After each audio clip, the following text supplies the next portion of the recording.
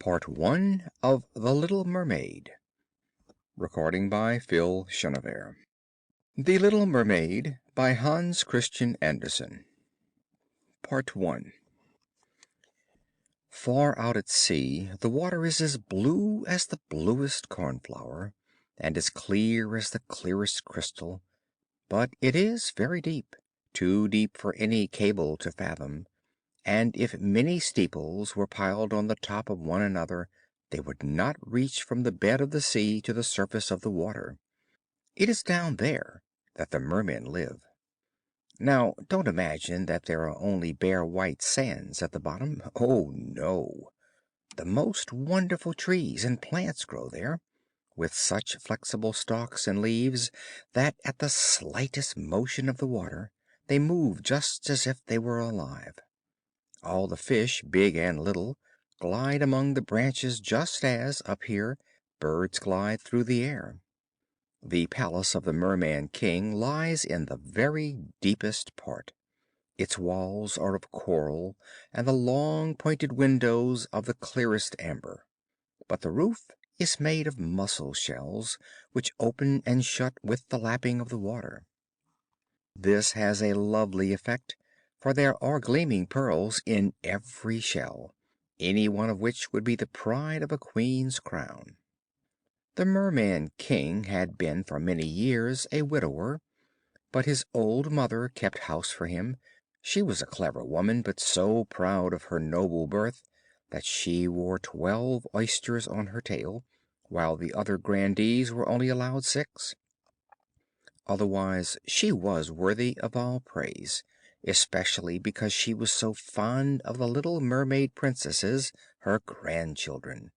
They were 6 beautiful children, but the youngest was the prettiest of all.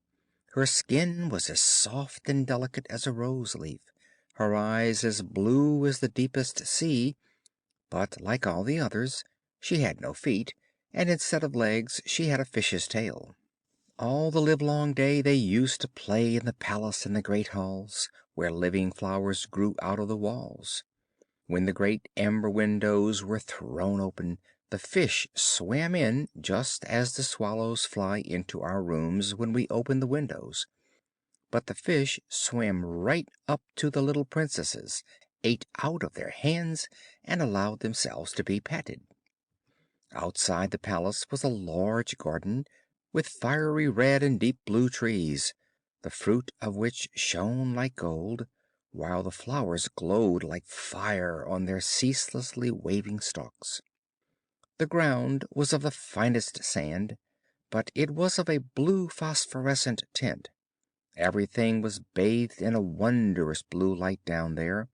You might more readily have supposed yourself to be high up in the air, with only the sky above and below you, than that you were at the bottom of the ocean. In a dead calm you could just catch a glimpse of the sun like a purple flower with streams of light radiating from its calyx. Each little princess had her own little plot of garden, where she could dig and plant just as she liked. One made her flower bed in the shape of a whale, another thought it nice to have hers like a little mermaid, but the youngest made hers quite round like the sun, and she would only have flowers of a rosy hue like its beams. She was a curious child, quiet and thoughtful, and while the other sisters decked out their gardens with all kinds of extraordinary objects which they got from wrecks, she would have nothing beside the rosy flowers like the sun up above, except a statue of a beautiful boy. It was hewn out of the purest white marble, and had gone to the bottom from some wreck. By the statue she planted a rosy red weeping willow, which grew splendidly, and the fresh delicate branches hung round and over it, till they almost touched the blue sand where the shadows showed violet, and were ever moving like the branches. It looked as if the leaves and the roots were playfully interchanging kisses. Nothing gave her greater pleasure than to hear about the world of human beings up above. She made her old grandmother tell her all that she knew about ships and towns, people and animals. But above all, it seemed strangely beautiful to her that up on the earth the flowers were scented, for they were not so at the bottom of the sea; also that the woods were green, and that the fish which were to be seen among the branches could sing so loudly and sweetly that it was a delight to listen to them. You see, the grandmother called little birds fish, or the mermaids would not have understood her, as they had never seen a bird. "When you are 15," said the grandmother, "you will be allowed to rise up from the sea and sit on the rocks in the moonlight and look at the big ships sailing by, and you will also see woods and towns." One of the sisters would be 15 the following year, but the others, well, they were each 1 year younger than the other, so that the youngest had 5 whole years to wait before she would be allowed to come up from the bottom to see what things were like on earth. But each one promised the others to give a full account of all that she had seen and found most wonderful on the first day. Their grandmother could never tell them enough, for there were so many things about which they wanted information. None of them was so full of longings as the youngest, the very one who had the longest time to wait, and who was so quiet and dreamy.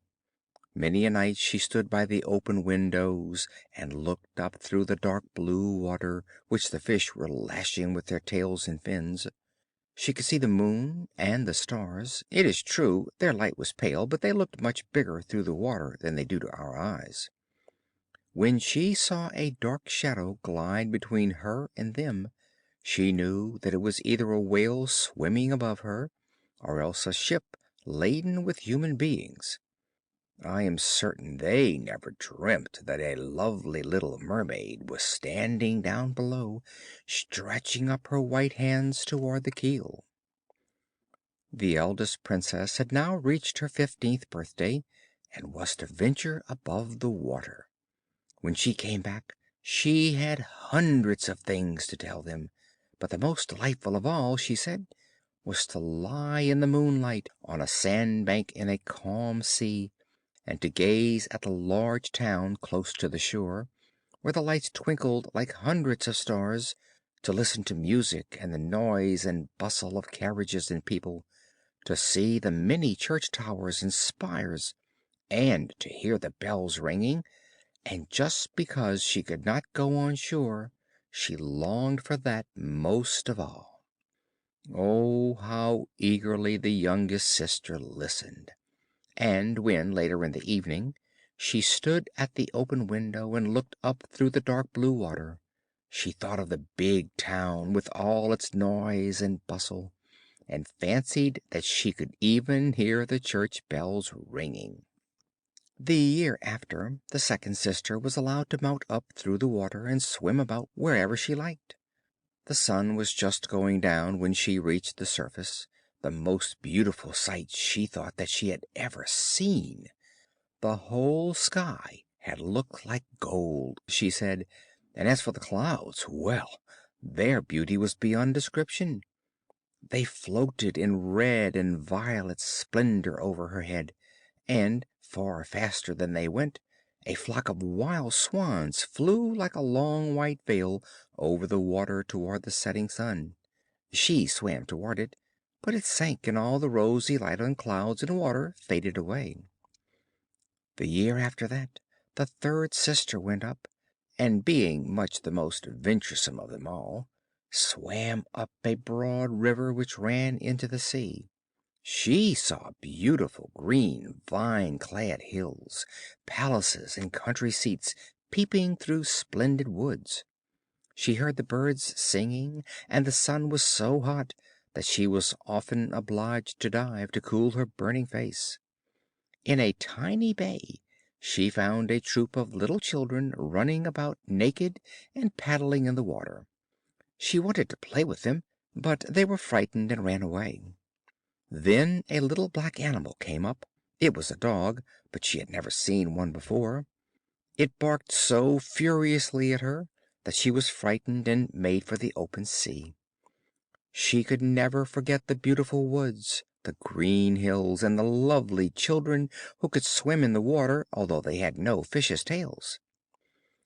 The fourth sister was not so brave. She stayed in the remotest part of the ocean, and, according to her account, that was the most beautiful spot. You could see for miles and miles around you, and the sky above was like a great glass dome. She had seen ships, but only far away, so that they looked like seagulls. There were grotesque dolphins turning somersaults, and gigantic whales squirting water through their nostrils like hundreds of fountains on every side. Now the fifth sister's turn came. Her birthday fell in the winter, so that she saw sights that the others had not seen on their trips. The sea looked quite green, and large icebergs were floating about, each one of which looked like a pearl, she said, but was much bigger than the church towers built by men. They took the most wonderful shapes, and sparkled like diamonds. She had seated herself on one of the largest, and all the passing ships sheered off in alarm when they saw her sitting there with her long hair streaming loose in the wind. In the evening the sky became overcast with dark clouds. It thundered and lightened, and the huge icebergs, glittering in the bright lightning, were lifted high into the air by the black waves. All the ships shortened sail, and there was fear and trembling on every side. But she sat quietly on her floating iceberg, watching the blue lightning flash in zigzags down onto the shining sea. The first time any of the sisters rose above the water, she was delighted by the novelties and beauties she saw, but once grown up and at liberty to go where she liked, she became indifferent, and longed for her home. In the course of a month or so they all said that after all their own home in the deep was best. It was so cozy there. Many an evening the five sisters, interlacing their arms, would rise above the water together. They had lovely voices, much clearer than any mortal, and when a storm was rising and they expected ships to be wrecked, they would sing in the most seductive strains of the wonders of the deep, bidding the seafarers have no fear of them. But the sailors could not understand the words. They thought it was the voice of the storm, nor could it be theirs to see this Elysium of the deep, for when the ship sank they were drowned, and only reached the merman's palace in death. When the elder sisters rose up in this manner, arm in arm, in the evening, the youngest remained behind quite alone, looking after them as if she must weep. But mermaids have no tears, and so they suffer all the more. "Oh, if I were only 15!" she said. "I know how fond I shall be of the world above, and of the mortals who dwell there." At last her 15th birthday came. "Now we shall have you off our hands," said her grandmother, the old Queen Dowager. "Come now, let me adorn you like your other sisters." And she put a wreath of white lilies round her hair, but every petal of the flowers was half a pearl. Then the old Queen had 8 oysters fixed on to the Princess's tail to show her high rank. "But it hurts so," said the little mermaid. "You must endure the pain for the sake of the finery," said her grandmother. But oh, how gladly would she have shaken off all this splendor, and laid aside the heavy wreath. Her red flowers in her garden suited her much better, but she did not dare to make any alteration. "Good bye," she said, and mounted as lightly and airily as a bubble through the water. The sun had just set when her head rose above the water, but the clouds were still lighted up with a rosy and golden splendor, and the evening star sparkled in the soft pink sky. The air was mild and fresh, and the sea as calm as a mill pond. A big 3-masted ship lay close by with only a single sail set, for there was not a breath of wind, and the sailors were sitting about the rigging, on the cross trees, and at the mastheads. There was music and singing on board, and as the evening closed in, hundreds of gaily colored lanterns were lighted. They looked like the flags of all nations waving in the air. The little mermaid swam right up to the cabin windows, and every time she was lifted by the swell she could see through the transparent panes crowds of gaily dressed people. The handsomest of them all was the young prince with large dark eyes. He could not be much more than 16, and all these festivities were in honor of his birthday. The sailors danced on deck, and when the prince appeared among them, hundreds of rockets were let off, making it as light as day, and frightening the little mermaid so much that she had to dive under the water. She soon ventured up again, and it was just as if all the stars of heaven were falling in showers round about her. She had never seen such magic fires. Great suns whirled round, gorgeous fire fish hung in the blue air, and all was reflected in the calm and glassy sea. It was so light on board the ship that every little rope could be seen, and the people still better. Oh, how handsome the prince was! How he laughed and smiled as he greeted his guests, while the music rang out in the quiet night. It got quite late, but the little mermaid could not take her eyes off the ship and the beautiful prince. The colored lanterns were put out, no more rockets were sent up, and the cannon had ceased its thunder. But deep down in the sea there was a dull murmuring and moaning sound. Meanwhile she was rocked up and down on the waves so that she could look into the cabin, but the ship got more and more way on, sail after sail was lifted by the wind, the waves grew stronger, great clouds gathered, and it lightened in the distance. Oh, there was going to be a fearful storm, and soon the sailors had to shorten sail. The great ship rocked and rolled as she dashed over the angry sea. The black waves rose like mountains, high enough to overwhelm her, but she dived like a swan through them, and rose again and again on their towering crests. The little mermaid thought it a most amusing race, but not so the sailors. The ship creaked and groaned. The mighty timbers bulged and bent under the heavy blows. The water broke over the decks, snapping the mainmast like a reed. She heeled over on her side, and the water rushed into the hold. Now the little mermaid saw that they were in danger, and she had for her own sake to beware of the floating beams and wreckage. One moment it was so pitch dark that she could not see at all, but when the lightning flashed it became so light that she could see all on board. Every man was looking out for his own safety as best he could, but she more particularly followed the young prince with her eyes, and when the ship went down she saw him sink in the deep sea. At first she was quite delighted, for now he was coming to be with her, but then she remembered that human beings could not live under water, and that only if he were dead could he go to her father's palace. No, he must not die! So she swam toward him all among the drifting beams and planks, quite forgetting that they might crush her.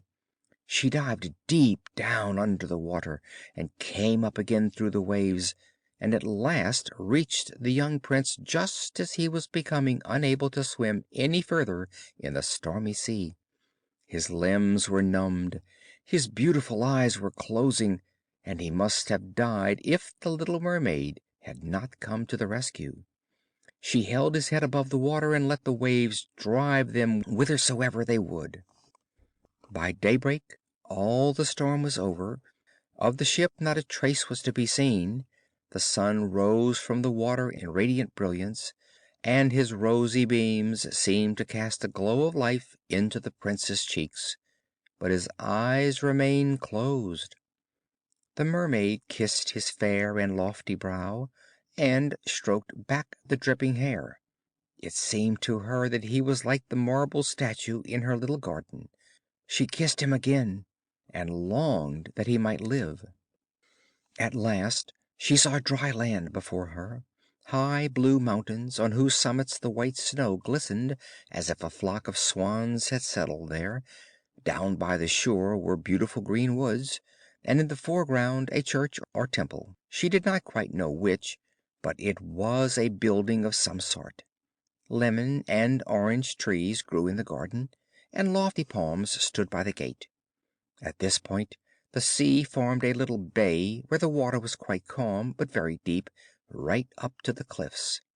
At their foot was a strip of fine white sand, to which she swam with the beautiful Prince, and laid him down on it, taking great care that his head should rest high up in the warm sunshine. The bells now began to ring in the great white building, and a number of young maidens came into the garden. Then the little mermaid swam further off behind some high rocks, and covered her hair and breast with foam, so that no one should see her face, and then she watched to see who would discover the poor Prince. Part 2